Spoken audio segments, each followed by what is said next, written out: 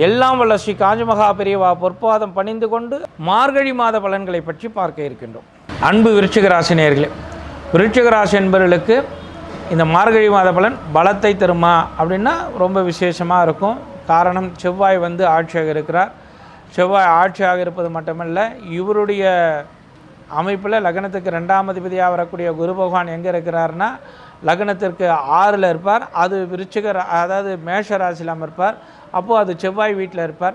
அதுவும் அவருக்கு பலத்தை தரக்கூடியது. லக்னத்துக்கு 2ஆம் இடத்துல யார் இருக்க 10ஆம் அதிபதியாக வரக்கூடிய சூரிய பகவான் லக்னத்துக்கு 2ல் இருப்பார். லாபாதிபதி சூரிய புத சேர்க்கை இந்த இடத்துல விருச்சிக லக்னக்காரருக்கு அது ஒரு பலத்தை தரக்கூடியது. சூரிய செவ்வாய் சேர்க்கை ரொம்ப விசேஷ பலனை தரக்கூடியது. இந்த விருச்சிக ராசிக்காரர்களுக்கு இது பலம் இருந்தாலும் அவங்களுடைய லக்னத்துக்கு 2ல் சூரியன் இருக்கிறார் இல்லையா, அப்போ அந்த வாக்குகள் கொஞ்சம் கடுமையாக இருக்கக்கூடிய ஒரு சூழ்நிலை வரும். ஏற்கனவே விருச்சிக ராசிக்காரர்களுக்கு கோபங்கள் அதிகமாக இருக்கும். இங்கே விருச்சிக ராசியில் ராசிநாதன் செவ்வாய் உஷ்ணத்தில் இருப்பார். லக்னத்துக்கு 2ஆம் இடத்துல செவ்வாய், அதாவது லக்னத்துக்கு 2ஆம் இடத்துல சூரியன் இருப்பார். அப்போது வாக்கு கடுமையை கொடுக்கும். இந்த நேரம் கவனமாக இருக்க வேண்டும். சூரியன் அங்கே வரும்போது சற்று கவனமாக இருக்க வேண்டும். எந்த ஒரு விஷயத்திலையும் யார்கிட்ட பேசினாலும் எந்த ஒரு நேரத்திலையும் நம்மை இழக்காமல் பேசுவது சிறப்பை தரும், பலத்தை தரக்கூடியதாக இருக்கும். லக்னத்துக்கு 3ஆம் அதிபதியாக 4ஆம் அதிபதியாக வரக்கூடிய சனி பகவான் ஆட்சி பெறுவார். இந்த இடத்துல அர்த்தாசிரமம் என்று சொல்லக்கூடிய ஒரு நிலை உருவாகும். அப்போ விருச்சிக ராசிக்காரர்களுக்கு சனி பகவான் அர்த்தாசிரம சனி பகவானுடைய காலகட்டம். அதனால் எதை செய்தாலும் கவனத்தோடு செய்ய வேண்டும். தொழில் செய்தாலும் சரி, ஒருத்தர்கிட்ட பேசினாலும் சரி, இந்த 2.5 வருஷ காலம் உங்களுக்கு மிக மிக மிக மிக கடினத்தை தரக்கூடியதாக இருக்குமா. இப்போ மற்றவங்களுக்கெல்லாம் அர்த்தாசிரமத்தில் இதை செய்யுங்க அதை செய்யுங்க இப்படி பண்ணுங்க அப்படின்னு நம்ம சொல்லலாம். ஆனால் விருச்சிக ராசிக்காரர்களுக்கு அர்த்தாசிரமம் அஷ்டமம் இதெல்லாம் எப்படி இருக்கும், சில காரணங்களால் அவர்களுக்கு மிக மிக கடுமையை கொடுக்கக்கூடியது. செவ்வாய் சனி பகவான் சேர்க்கை போராட்டத்தையும் ஒரு விதமான ஒரு மன அழுத்தத்தையும் சஞ்சலத்தையும் கொடுக்கக்கூடியதாக அமையும். அதனால் இந்த ஒரு சூழல் எப்போ நிலவுதோ அவங்க நிறைய பரிகாரம் பண்ணணும். லக்னத்திற்கு 2ஆம் அதிபதியாக வரக்கூடிய, லக்னத்துக்கு 5ஆம் அதிபதியாக வரக்கூடிய குலதெய்வ வழிபாட்டு முறைகளில் கவனம் செலுத்தணும்.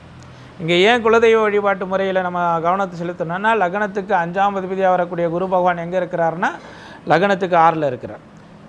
அப்போது அந்த லக்னத்துக்கு 6ல் இருக்கும்போது அவர் குலதெய்வ வழிபாடு, அங்கே நம்மளுடைய வழிபாட்டு முறைகள் ஏதாவது மாறி இருந்ததுன்னா போய் இந்த நேரம் நம்ம சரி பண்ணிக்கக்கூடிய ஒரு அற்புதமான நேரம். நல்லபடியாக குலதெய்வத்தை போய் நல்லா மனசார வேண்டி வழிபட்டுட்டு வாங்க. லக்னத்துக்கு 4ல் சனி பகவான் அர்த்தாசிரமத்தில் இருக்கிறது இந்த காலேஜ் பசங்க, படிக்கிற பசங்க இவங்களாம் கொஞ்சம் கவனத்தோடு படிங்க. மந்த நிலை உருவாக்கக்கூடிய ஒரு சூழ்நிலை.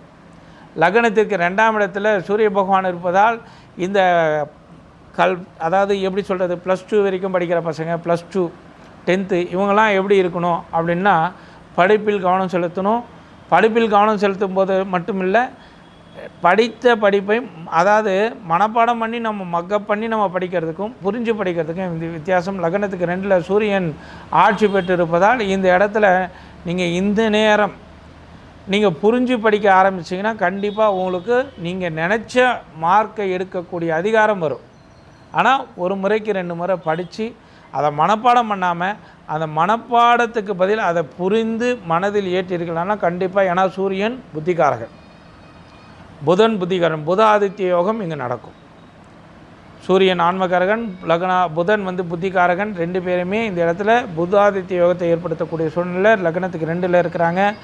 இந்த மாதத்தில் நீங்கள் இதை பயன்படுத்திங்கன்னா புரியாத விஷயங்கள் கூட எளிதில் புரியக்கூடியதாக இருக்கும். கடினமான விஷயங்கள் ரொம்ப சுலபமானதாக இருக்கக்கூடியதாக இருக்கும். அதனால் இந்த இடத்த நீங்கள் பயன்படுத்துங்க, இந்த மாதத்தை பயன்படுத்துங்க. இப்போ அடுத்த மாதம் மாறிடுமே அப்படின்னா, எப்போ நீங்கள் இதை பயன்படுத்த ஆரம்பிச்சிங்களோ அப்பயே செயல்பாட்டுக்கு வந்துருச்சுன்னா, ஒரு சட்டம் வகுத்துட்டோம், அந்த சட்டம் வகுத்த பிறகு அதே சட்டத்தை திருப்பி நம்ம வகுத்துக்கிட்டே இருக்க போகிறதில்ல.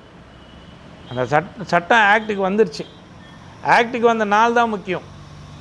அந்த மாதிரி நீங்கள் எப்போ இதை நீங்கள் ப்ரையாரிட்டி எடுத்து இதிலேருந்து நாங்கள் படிக்க ஆரம்பிச்சிடும், இப்படி தான் படிக்கணும்னு நீங்கள் ஒரு மைண்ட் செட்டுக்கு நீங்கள் படிக்கிறீங்களோ அப்போ இருந்தே இந்த உங்களுக்குள்ள ஒரு சட்டம் உருவான மாதிரி அப்போ இது உங்களுக்கு வேலை செய்யும். அப்போ இந்த இடத்துல பலமான அற்புதமான பலம். லக்னத்துக்கு 7ஆம் அதிபதியாக வரக்கூடிய சுக்கிர பகவான் லக்னத்துக்கு 12ல் ஆட்சியாக இருக்கிறார். அதனால் இந்த இடத்துல லக்னத்துக்கு 7ஆம் இடம்ன்றது களத்திர சாணம், நண்பர்கள் சாணம், சுக்கிரன் ஆட்சியாக இருக்கிறார். அப்போது இந்த இடத்துல களத்திரத்தால் இவர்களுக்கு பலத்தை தரக்கூடிய ஒரு சூழ்நிலை. அப்போ கணவன் மனைவிக்குள்ள ஒரு அற்புதமான அந்யோன்யத்தை கொடுக்கக்கூடிய ஒரு அற்புதமான மாதமாக இருக்கும். நண்பர்களுக்கிட்ட நல்ல விசேஷமாக சந்தோஷமாக நல்ல ஒரு பலத்தை தரக்கூடியதாக இருக்கும். நண்பர்களுக்காக நம்ம செலவு செய்யக்கூடியதும் கலத்திரத்துக்காக செலவு செய்யக்கூடியதாகவும் இருக்கும். அது சுப விரயத்தை கொடுக்கக்கூடியதாக இருக்கும்.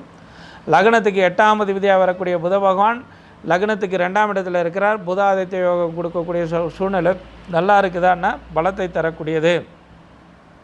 ஆனால் அடிக்கடி மனக்குழப்பத்தையும் சஞ்சலத்தையும் தேவையில்லாத ஒரு கற்பனைகளையும் கொடுக்கக்கூடியது. இந்த பள்ளி மாணவர்கள்லேருந்து காலேஜ் படிக்கிறவங்கலேருந்து இந்த கற்பனைகளில் போய் மாட்டிப்பாங்க. அடிக்கடி இந்த கற்பனையில் மாட்டிக்கிட்டாங்கன்னா தேவையில்லாத மன அழுத்தம் சஞ்சலத்தை கொடுக்கும்.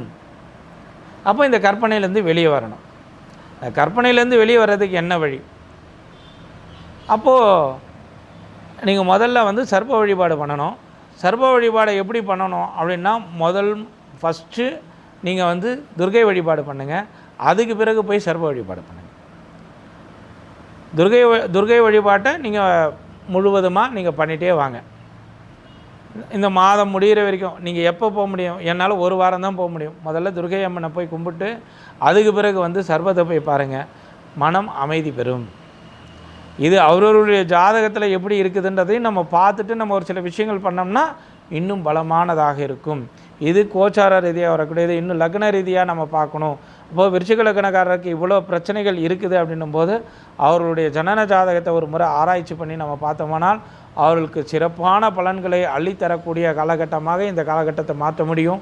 அதனால் அன்பு நேயர்களே, இந்த காலகட்டத்தில் நீங்கள் சந்தோஷமாக ஆனந்தமாக பாக்கியமாக பலமாக இருக்கிறதுக்கு ஒரு அற்புதமான ஒரு எளிய வழிமுறை துர்கையம்மன் கோயில் வழிபாட்டு முறை.